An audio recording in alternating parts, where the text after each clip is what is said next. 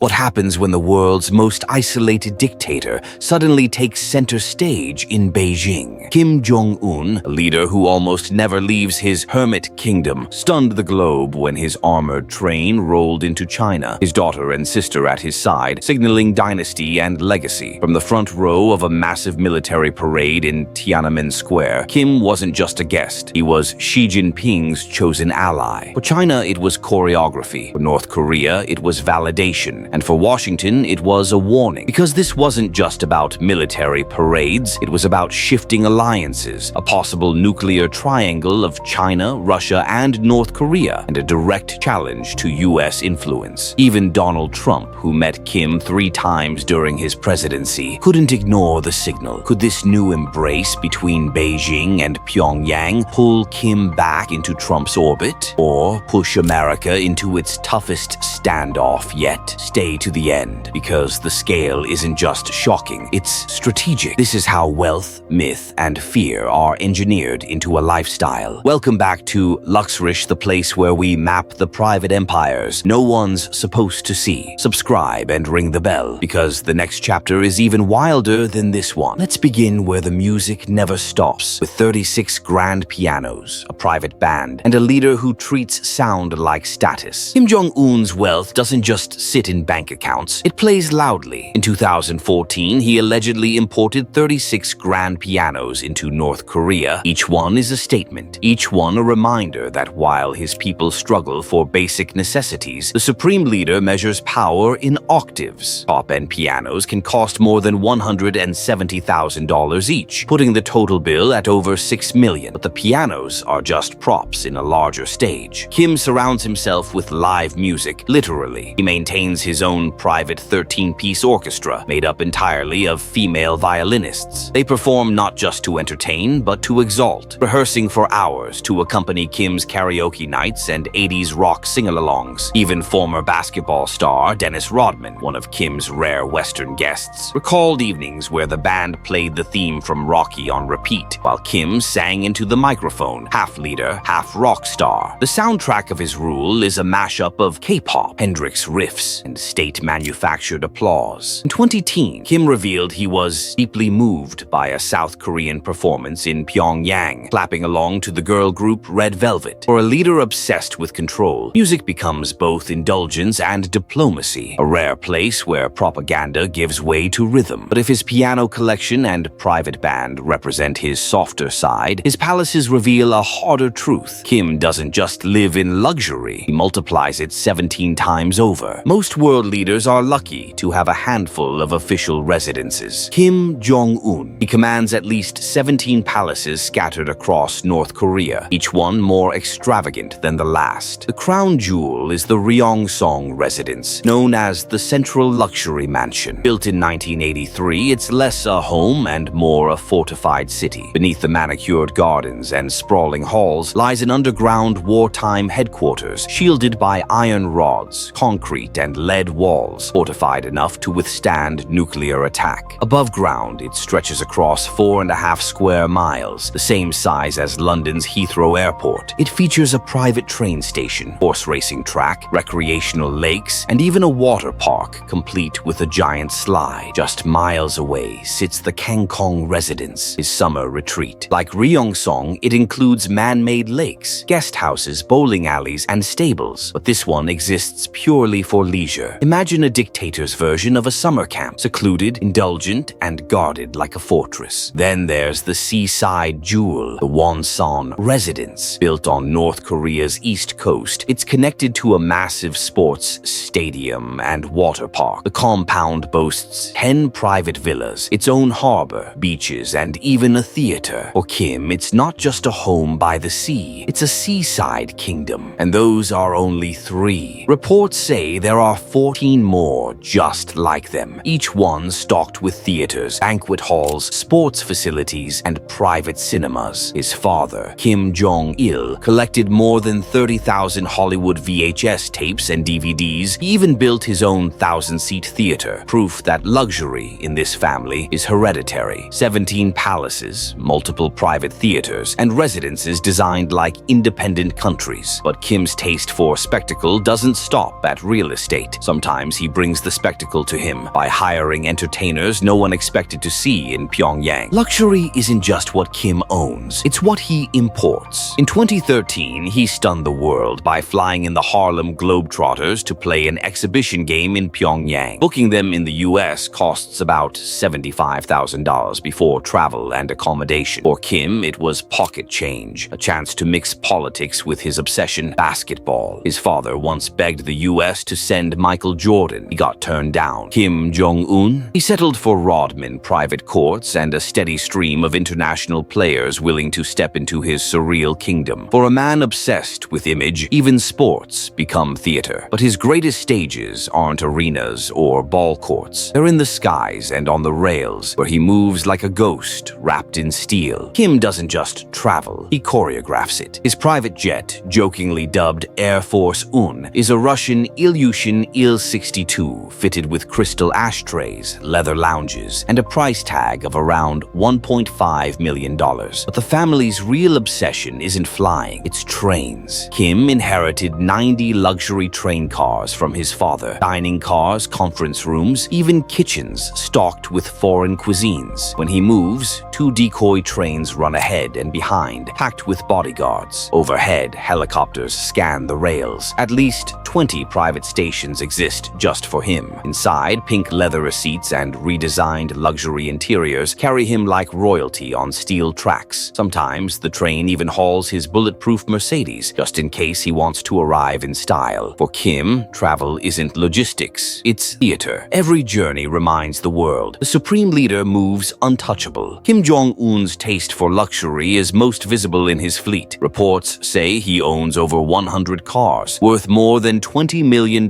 combined. Among them, a $162,000 Audi R8, a Range Rover, and an armored Rolls-Royce Phantom costing over $500,000. But the true prize of his collection is the Mercedes Maybach limousine, bulletproof, $1.6 million, and a fixture of his motorcades. When Kim wants to project dominance, he doesn't walk in, he rolls up in armor. And yet, land is only half the stage. On water, Kim indulges in yachts that rival luxury hotels. His 95-foot Princess yacht, valued at $7 million, includes 3 wide decks, a gourmet dining area, private bedrooms, and lounges designed for royalty. Dennis Rodman once described it as a cross between a Disney boat and a ferry, proof of how surreal it felt in a country where most citizens will never see a boat, let alone sail on one. But the showpiece isn't the yacht, it's the floating water park barge, a 200-foot amusement platform equipped with water slides spiraling into the sea, pools the size of Olympic lanes, and 2-story lounges built for endless parties. Satellite images confirmed its presence near his seaside palaces. To outsiders, it looks like a Bond villain's secret lair. To Kim, it's just another weekend toy. Together, his cars and yachts aren't just transportation. They're stages, rolling, floating reminders that while North Korea hides its poverty, its leader flaunts power through speed, steel, and spectacle. If luxury is measured by appetite, Kim Jong-un spares no expense. His dining table is a world tour. Lobster, Wagyu beef, foie gras, and caviar flown in on demand. During the 2019 Hanoi summit, he even traveled with his own chefs and ingredients to guarantee his meals were prepared exactly to taste. Reports say he once spent $67,000 on imported cheese from Italy in a single year, a taste he picked up while studying in Switzerland. He's also rumored to have dropped nearly $60,000 on chewing gum, because even the smallest indulgence must be the finest. The numbers climb higher with drinks. In 1 year alone, Kim imported nearly $1 million worth of Brazilian coffee, $155,000 worth of whiskey, $108,000 in vodka, and over $200,000 in champagne and fine wines. Witnesses even claim he once drank 10 bottles of Bordeaux in a single night, an indulgence worth $10,000 at once. Food and alcohol for Kim aren't about survival. They're about symbolism. Every plate, every bottle is a statement. Even taste itself can be a weapon of power. Beyond palaces and yachts, Kim invests in status symbols that speak louder than words. One of his favorites? Horses. He spent hundreds of thousands importing purebred stallions from Russia, including the famous white horses he rides for propaganda photos horses on snowy mountaintops. Since 2010, reports suggest he's imported at least 138 horses, while 20% of the state budget is rumored to go toward their upkeep. Then there's his obsession with wristwatches. While Kim often wears the same plain black suit, his watches tell a different story. He's been spotted with an IWC Portofino worth $14,000, a Movado museum piece, and Rolexes gifted to party elites. In one 2-year stretch, he reportedly spent over $230,000 on watches, and his overall collection is valued at more than $8 million. For Kim, horses and watches aren't hobbies. They're symbols of legacy, precision, and the power to buy time itself. Kim's obsession with power doesn't end with the living. It extends into eternity. The most extravagant symbol? The Kumsusun Palace of the Sun, a $900 million mausoleum where his father and grandfather lie embalmed. Vast marble halls, towering staircases, and entire rooms dedicated to medals, portraits, and possessions, down to Kim Jong-il's sunglasses and a private train carriage. It's less a tomb and more a shrine to dynasty. But Kim Jong-un adds his own monuments. He's ordered the construction of dozens of statues and monuments across North Korea, with bronze likenesses of himself, his father, and grandfather, costing tens of millions. Estimates put the total statue spending at over $160 million.